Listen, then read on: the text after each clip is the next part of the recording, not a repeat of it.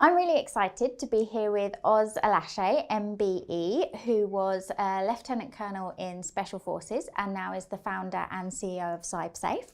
Thank you for coming in this morning. Thank you for having me. So can you tell us a little bit, for people that don't know, about what CyberSafe is and what you do?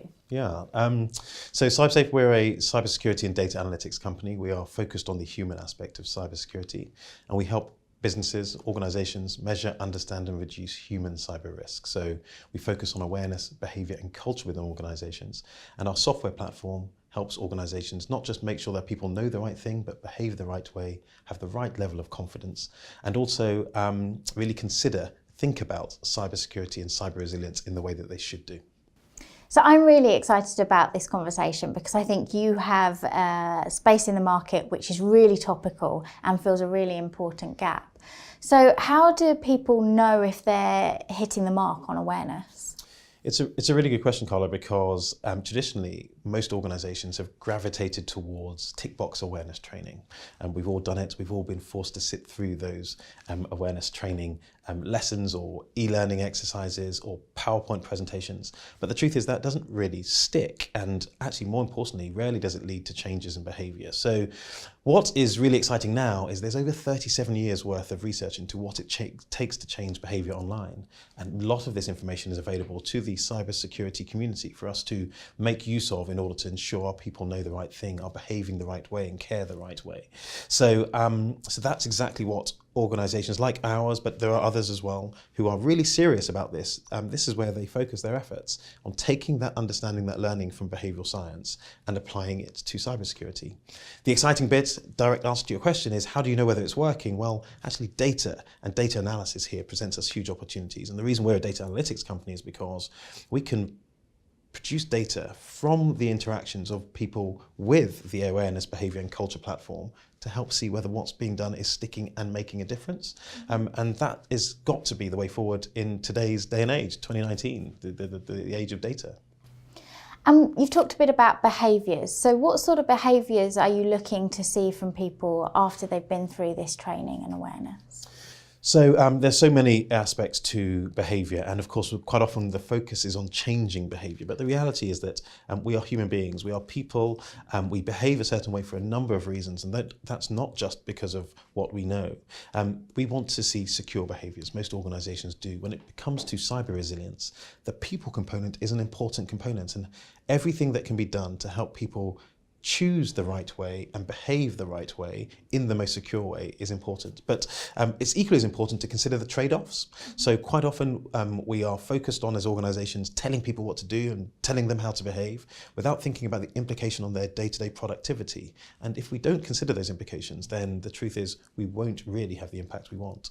So for us, secure behaviors are also ideally the easiest behaviors and the easiest approaches to take.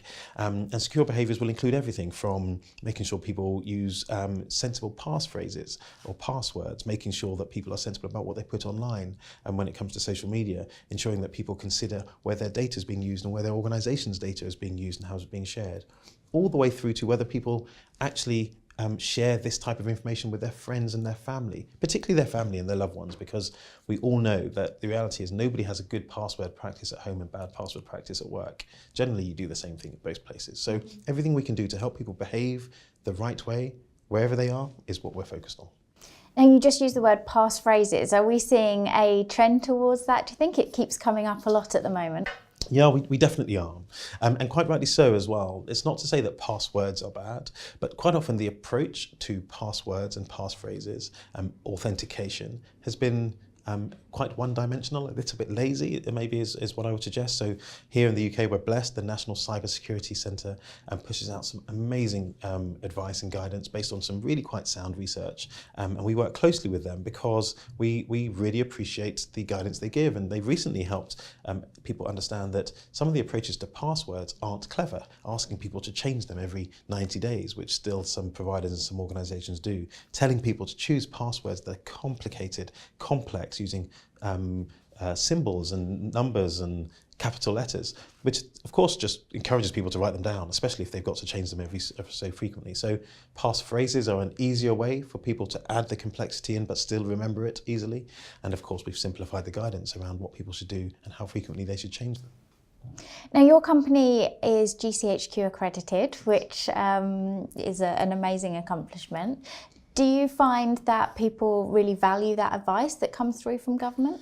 I think people do. And again, like I said, we are blessed here in the UK. We have, starting really from DCMS, the Department for Digital, Culture, Media and Sport, responsible for the policy that is going to drive and make the UK the most secure place to do business and live online.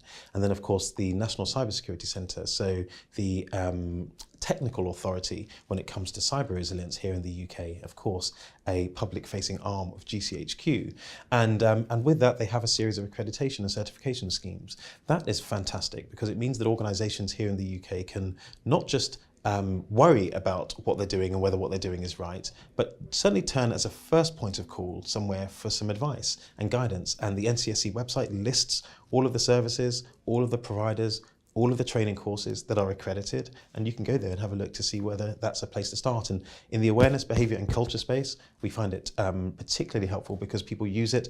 It's a benchmark. It's hard work. We have to maintain it every year, but it's worth the effort. Now, right at the beginning, you said about getting people to care about cybersecurity. With so many breaches, I assume my data is online somewhere. Do you think people do care? Yeah, it's a brilliant question, and actually I think really gets to the nub of the issue that we face right now. Because in one hand, yes, people absolutely care. Who wouldn't care? The reality is that our data is the key to our lives in most cases, and our personal data even more so. And the truth of the matter is that there's not much you can do now in most Western societies that don't require you to somehow authenticate your way on. And therefore, if somebody else can have access to that, they can do all sorts of harm to you and to your organisation and to your families. So in one sense, we do care. But in the other sense, there are so many breaches and it's so prolific and in many ways so noisy now that people are kind of, gosh, what am I going to do? Everybody's getting breached. How am I supposed, who wants my data anyway? And actually it's not that much of it, really.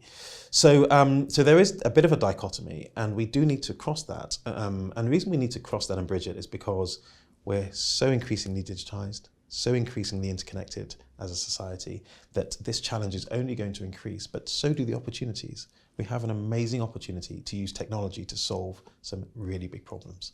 We want to lean into that as individuals to realize our dreams and our purposes, as organizations to be successful at what we do. Therefore, we need to take this seriously and we need our people to understand that they can make a difference. Brilliant. And if we look forward to the coming 12 months, what do you think we're going to see within cybersecurity?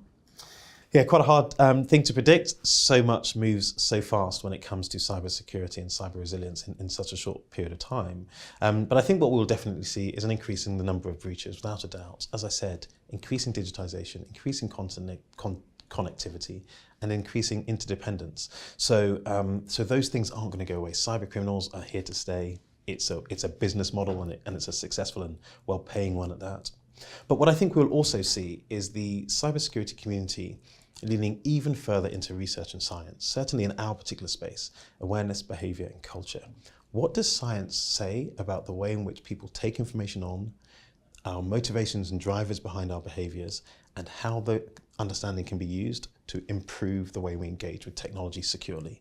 And if we know what science says, how do we apply that in the real world? We'll definitely see much, much more of that over the next 12 months. So, companies moving away from tick box awareness training and moving to more data-driven, scientifically proven approaches.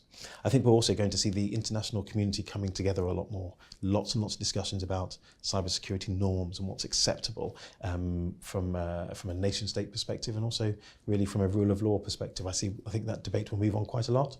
And of course, here in the UK, we're in the middle of our national cybersecurity strategy, £1.9 billion to spend over the 5-year period. And I think we'll start to see what does the next stage of the strategy look like. And I think we'll see some more guidance from DCMS on that. Brilliant. Well, that's a very hopeful outlook. And I think it's been a really interesting talk. You know, you've talked a lot about some quite forward-thinking ideas. So thank you very much for coming in. No problems at all. Thank you very much for having me. Thanks.